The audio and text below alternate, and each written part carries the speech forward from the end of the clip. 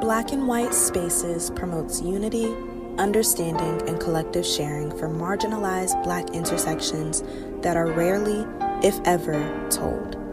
We're dedicated to expanding the Black narrative through education, elevation, liberation, and celebration for all Black people. Hey y'all, it's Jakaya, and thank you so much for listening to the Black and White Spaces podcast.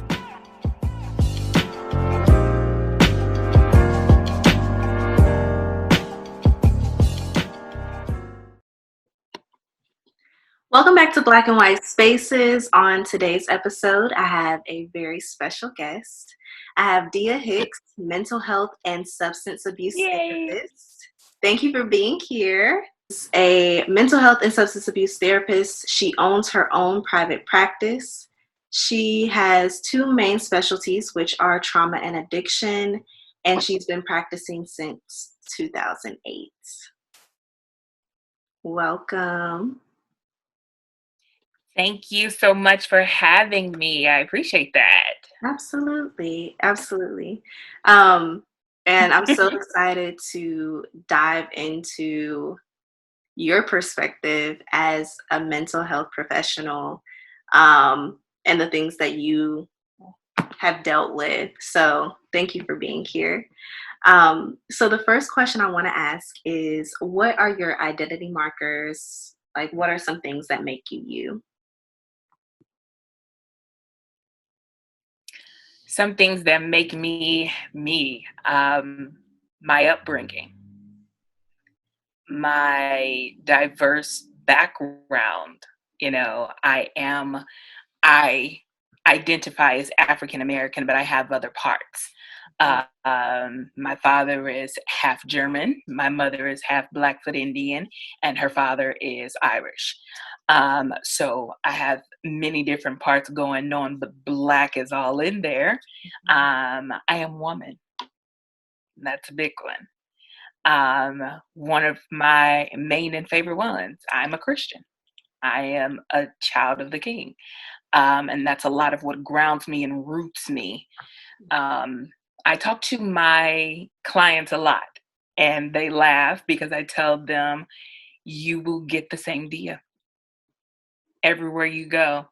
So if you see me out and about, I'm the same person, as in I will be in my practice. And I think that is one of the things that helps me really connect with them, because they really get to see me and they know that I'm not putting off or pretending or performing. It's just Dia. You get the therapeutic side of me, but I'm still Dia. So, yeah. I love that. And I think that's also Thanks. really important as, someone who is in mental health, for me to go to a therapist and see that my therapist is the same person outside of, these four walls, and not, so I love that. One thing that I was taught early on in my career was you are always building rapport with your clients. You're constantly building the relationship. It begins when they are first introduced to you. So whether it is by my website, whether it is by my Psychology Today profile, word of mouth from another client or another therapist who knows me. Mm-hmm. So I like to continue to build that all throughout the relationship. So very important piece of it, which allows people to let guards down and really understand that I'm an advocate and I'm here to help. Yeah, that's so important. Oh, I think about what I would want. Exactly. I feel that is like the main thing, to be an advocate for that person to get the healing that they need. So Oh, I love that. so important. In your practice, do you find that you are working primarily with people of color or non-people of color? I would say right now, I am actually very honored to be able to say that my practice is more predominantly African American right now. Mhm. In the beginning, it was not. Mhm. And also in the beginning of my years of practicing, it was not. Mhm. And that's for several different reasons. It's because of lack of education, from people knowing that these are the resources that are available to them. Mhm. Also about stereotypes that come with therapy in our culture. Okay. And so sometimes we have to fight and break down those walls. But one thing that I've noticed, if I get one, if I just get one, Mhm. and that one is changing and they are seeing the benefits because of how we are as a people, we will begin, after we get over the fear Mhm. of letting people know that we're in therapy, we begin to spread the word. A lot of that just works for us. So right now I am seeing, I would say right now my practice is 75% African American, That's when normally it, yes, when normally it would be more of like a 30%. So awesome. I love that. I love that my people are understanding that therapy can be for anyone. Yeah. And we're constant, every time someone comes to the door, to me, it's another win with fighting the battle against stereotypes. Mm, So, sure. yeah, a lot of our people, I love it. Yes. Did you ever feel as if Mhm. at any point when working when it was predominantly non-people of color, did you ever feel that there was a disconnect there? A disconnect, yes, in a couple of different ways. Some of the disconnect can be I have to fight harder. Some with some, Mhm. not with all. There were some that came in and who were very open and just ready to work. But when it was more predominantly white, they would have to be able to come in and know that I am educated. That was the main battle Yeah. of it. So it was more of a I need to know your credentials type of deal. Mhm. Or if you have the level of education that I feel like you should have. Mhm. That was more what it was. But once they got in the room after the first session and they saw it was me and I'm just being myself, and once they got that understanding that I was there for them Mhm. and I didn't care what color their skin was or how old they were. Yeah. And once I could provide a sense of normalcy for them to understand that, no, you're not crazy. Yeah. Because that's what a lot of people get. They come in and they're like, I feel crazy. Nobody else understands. But once I start hearing some things that are going on, I'm like, oh, that's this, that's that. Okay, we can do this. Yeah. And I just start explaining things to them. And they're like, how do you know? And I'm just, this is what I do. It's okay. And so that kind of gave them the relief to Yeah. breathe and say, oh, okay, I can open this space for Right. this person to come in. I would say that when it came to more Caucasian women, they were much more open. Mm. When it came to the men, that was a little extra fight because I'm not only fighting that I am African American, but I'm also fighting because I'm a woman, Right.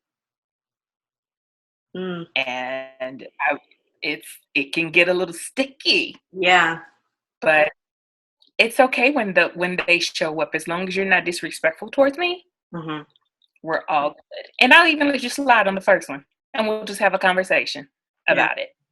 We're both human beings at the end of the day, and I'm here to help. If you would like that, I'm more than happy to provide it. Yeah. But there's a level of communication, a level of respect that we need to have in this relationship. And once they would see that, it was like, oh, okay. because sometimes when African Americans in general Mm, have a certain level of education, it is seen as the power of it is so big with some people of other cultures, yeah. and it's viewed as a threat. Mhm. Not all do that, but there are some, and it's a little bit of fear that comes with it, but it's Yeah, like, "It's okay. It's alright. yeah, We can do this." So, yeah. yeah. Wow. And Mhm. to a certain degree, I can definitely, like, see how someone who is white or Caucasian would feel it's a challenge seeing an educated Mhm. Black woman now in a position Yeah. to help them in some way when Mhm. the mentality has not been that before. Um, yeah. Yes. That's Exactly. interesting. That's interesting. So, what has your experience been like working with Black people or people of color? Has that been, have you found it to be any challenges there at all? It's, I would say the just getting our people in the door is a battle. Hmm. And then once you come in, there's still stereotypes and there are still negative cognitions in the mind about therapy that were planted from generations before, Hmm. that can be very hard to fight. And we, I don't think a lot of times we understand Hmm. how big um, just the way that we were raised affects our development. So, for example, you will have someone come in, and the main struggle is getting them to understand that they are not crazy, they're not losing their mind, and that they are abnormal. We like to throw that word out in Yeah. the field. That word doesn't exist. There's no such thing as normal. Let's throw that out of the way because none of us are alike and we're all made up differently. So please explain what normal even means. Right. It's your normal. And that's really where we want to come from with that one. So it can be different things like that. Some of the battles that I've seen is there is still, unfortunately, a slave mentality Mm. that we battle of, a lack of hope, Mhm. or we're always the underdogs, or that we have to play that position. I have people who are afraid of success Mm. because they'll be viewed as a threat, or the other family members will look at them and say, "Oh, you don't live in the hood anymore. You think you better than us." Mm. So it's all of those different struggles that come in. I think one of the big ones could also be just the trauma and addiction aspect for our community, because it's it's kind of been made out of this thing of, well, that's just the way it is. Mm. And it's like, but it doesn't have to be. Yeah. We don't, have to continue these unhealthy generational patterns. Mm. Like, you can be the one to stop it and show something new. You can be the one who doesn't allow, the family members to keep you from success and cause that fear to overcome you. And you can branch out. You can move out of your city. My Yeah. goodness, how many people, in our community have not moved out because of that mentality that we have to fight against. And then also, just in general, you know, um, it's hard because you will have someone come in because of childhood trauma. Mhm. And unfortunately, that childhood trauma is, it happened, and it's probably a generational thing. Mhm. Um, and also, it does a lot of damage to people. And it's so hard to get someone to understand, yes, your mother loves you, or yes, your father loves you. It's very true. And you can love them, but them talking to you in this manner, gaslighting, manipulating, Mhm. even creating self-despairing thoughts in you, like, oh, that's verbal abuse. Yeah. And so sometimes people are just like, well, that's just the way she is. Mhm. I understand that, but that is not healthy. Yeah. Because when you think of who the parent is supposed to be, that language or that behavior does not add up to that. And so a lot of the times, that's why when my new clients come in, I never assume that they know, because, and I always let them know I am not trying to offend you, but I will always inquire, because I want everyone to have a very clear understanding of the different types of abuse. But I don't force it on them and say, no, you were abused. No, no, no, no. You have to come to that understanding. I can show you what it looks like, Mhm. or, but you have to come to that thing. But because it's so predominant in our community, it's just really hard. And Yeah. then you have them coming in trying to work on these things, but yet look at the state of the world right now. Oh, And that's more trauma, whether it is you're walking out your door, or if it is, I saw something on social media. Our people are being attacked every day. So as I am trying to work on releasing and, and helping them heal from trauma, there are more traumas being created every single day. yeah. It's a big one. There are several different, struggles that we have getting people to trust. Mm. That's a big one too. So learning to trust and know that it's okay. Um, and even when I have to refer them to a psychiatrist for some medication, there's still a talk that I have to go through with them when it comes to different layers of trauma. So some of the biggest battles can be me working on childhood trauma with someone, but then every day, because of the state of the world, the way things are in our community, constant um, different levels of violence or Mhm. poverty, lack of finances, lack of resources. Yeah. All of that stuff is adding new traumas every day. Mhm. So there are even sometimes with insurance companies when you have to do the review, because if they see that a person has been in therapy for a while, Mhm. they will call you and say, like, this person should be done. And then that's when I have, yes, this is when I get on the phone and I'm like, oh, let us come together and have this conversation. Wow. Yes. And it's a very, and I have to remind them, I said, so you were telling me my client who has had trauma since the age of 2, they're now 30, they should be over it within 6 months to a year. And then that's when I say, do you know anything about trauma? Do you know anything about what it means to be an African American and live in this specific type of community? Do you know what it feels like to have these type of struggles? Finances, trying to raise a child, having difficulty co-parenting, being looked down in your job, not being seen for who you are and the work that you do every day, someone looking over you, and all the other ones of other color are being promoted above you. Do Mm. you know what that looks like? Do you know what it feels like to go through that? And then a lot of the time the answer is, well, they should just do medical management.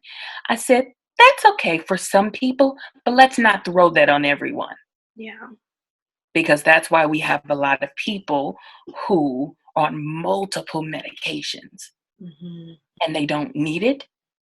And then when someone else sees that, it makes them fearful of taking medication, because they feel like, oh, they just want me on drugs and Yeah. I don't want to feel like a zombie, or, and all of that kind of stuff. And because you already have to deal with certain side effects if that comes Mhm. out. So, yeah, sometimes I have to have that conversation as well with insurance companies. And I had one with someone a while ago. She has not called me back yet. Yeah. Okay. Just thought that we should talk about this, because it's, what everyone needs to understand is everyone's healing journey is completely different. Yeah. Yours is not going to look like someone else. You're going to go through different things, and your life is at the present moment is different. Um, and we never know how it's going to affect you.